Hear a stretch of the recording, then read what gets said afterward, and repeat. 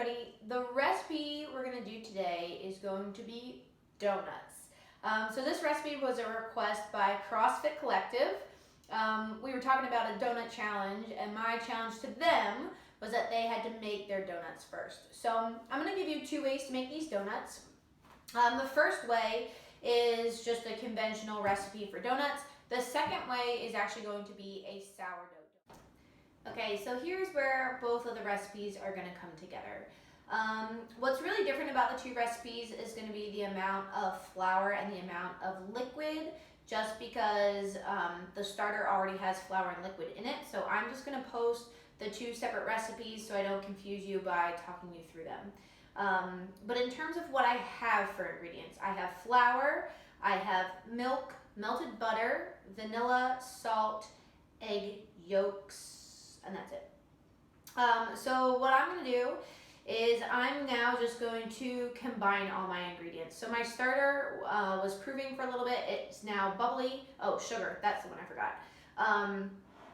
And so now I can just add everything together, and I'm going to knead it until it forms a nice elastic ball, and then we're going to leave it in a warm place to rise. It needs to be in a warm place to rise this time because we have butter, milk, and eggs, which kind of weigh on the yeast. So the little bit of the added heat is just going to help the process.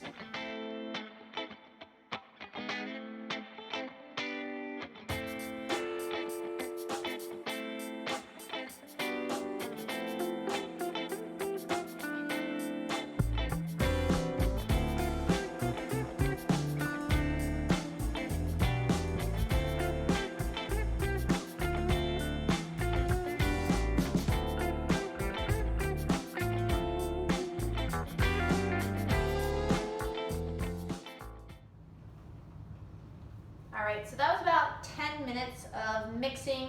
I do now have more of a cohesive ball of dough rather than a really sticky mess.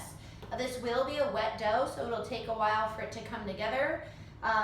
Don't add too much flour to it. You can add a little bit so that it's not sticking to your hands and to your work surface, but don't add all that much. So my dough is now stretchy. I'm in a good place right now, so what I'm going to do is I'm going to pop this back into the bowl I mixed it in. I'm going to cover it with saran wrap, and I'm going to put it in a warm place to rise. So you can put this in your oven with like the pilot light on, put it next to a heat vent, something where a little extra heat, probably around 80 degrees would be good. It's just going to help this come together a little bit better. So I'm going to let it rise until it is double in size. If you guys are doing the conventional method with yeast, it'll probably take an hour and a half. If you guys are doing the sourdough recipe, it could take anywhere between an hour and a half to 3 or 4 hours. So you'll just have to be patient. We're looking for it to double in size. Okay guys, after your dough has finished its first rise, what we're going to do is we're going to shape it. So these will be filled donuts, so we're just going to shape rounds. If you guys would rather the donuts with the holes in it, you'll just need 2 cutters so that you can cut out a hole in the middle. Okay, so I have all the dough out of here. And I'm going to roll this so that it's about a 1/2 inch thick. And then from there, we will actually just cut out the donut shapes. So I can mostly do it with my hand, but if you guys need a rolling pin, we're just going to roll it. So it's about a 1/2 inch. It's going to rise again. So they may look small to you right now, but they'll have plenty of time to kind of blow up and get a little bit bigger on their next rise. So I'm happy with that. I have a 3-inch circle cookie cutter, which I'm going to use. If you guys don't have a circular cutter at home, you can use a lid from like a pasta sauce jar or a jelly jar, that type of thing. That'll cut out a circle as well. So I'm just gonna cut it out, twist it so it makes sure it has like a nice clean break from the dough. And then I'm just gonna put that on a prepared baking sheet. So I have silicone mats on this one. You can use parchment paper just so that it doesn't stick to the sheet. And I'm gonna wanna put a decent amount of space between these as I put them on my baking sheet because they are going to rise again and we don't want them to touch each other.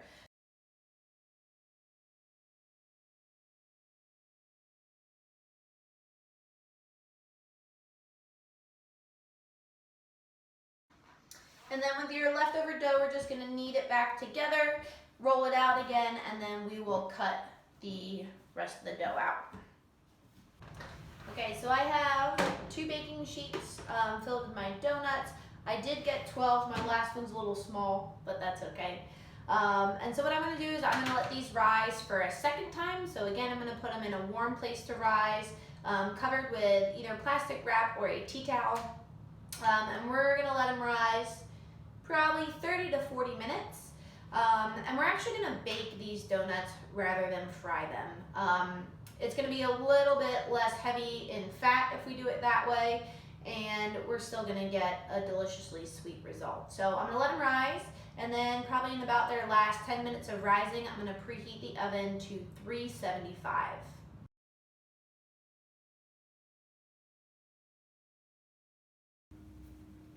All right, so here are our donuts out of the oven. We have a couple different ways that we can finish them. So I'm gonna fill the round ones, well, they're all round. I'm gonna fill the ones without the holes with a key lime filling. So I have lime curd that I made a while ago and need to use up, and I also made like a cream cheese filling for it. So it's gonna kind of be like a limey cheesecake filling in the ones without the holes. And then the ones with the holes, we can cover in powdered sugar, we can cover in a glaze, or we can cover in cinnamon sugar. So the first thing that I'm gonna do is going to be fill my filled donuts. So what I did is I poked a little hole in them with like the end of a long-handled spoon. And now I'm gonna stick the tip as far into it as I can so I can get filling all the way through the middle. I'm gonna do my cream cheese filling first, and then I'm gonna follow it with the lime curd. So that should fill it up. It's gonna start to come out. That means it's nice and full. So I'm just gonna go through and do that with all my filled donuts.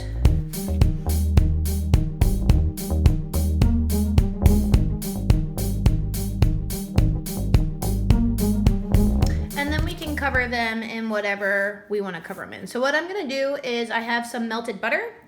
I'm just gonna brush them all over with the melted butter so that the sugar has something to stick to. And I think I'm gonna do my ones with the hole in powdered sugar, and I'll do my ones without the hole in granulated sugar. So to make it really easy for powdered sugar, I have powdered sugar in a gallon Ziploc bag. I'm just going to drop one of the ones with a hole inside of it, and I'm just gonna shake it up inside the bag. Get it all covered. And we pop it out without a mess. Beautiful. Okay, and so my filled donuts, I'm gonna do with the granulated sugar. So in a bowl, I have granulated sugar mixed with some cinnamon, and I'm just gonna put these in and just toss them in the sugar. This just gives them a little bit more texture, gives them something on the outside, so you're not just eating kind of, I don't know, bread dough on these.